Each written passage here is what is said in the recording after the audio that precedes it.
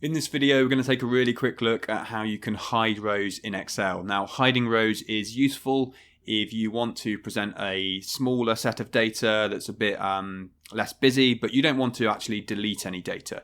So we've got some sales data here running from 2018 through to 2021 with a total row and a total column, and we've also got the breakdown of individual quarters there too. Let's say we're only interested in seeing this total row, and we can actually hide all of these individual years here. And to do that, all we have to do is highlight over the rows that we want to hide.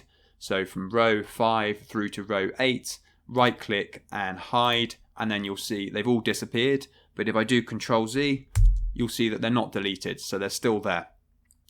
Another quick thing to mention is that if we want to hide these rows, we can also do that via the menu at the top. So we can go to the Format selection, Visibility, Hide and Unhide, and then we can go to Hide Rows, and that will achieve exactly the same thing.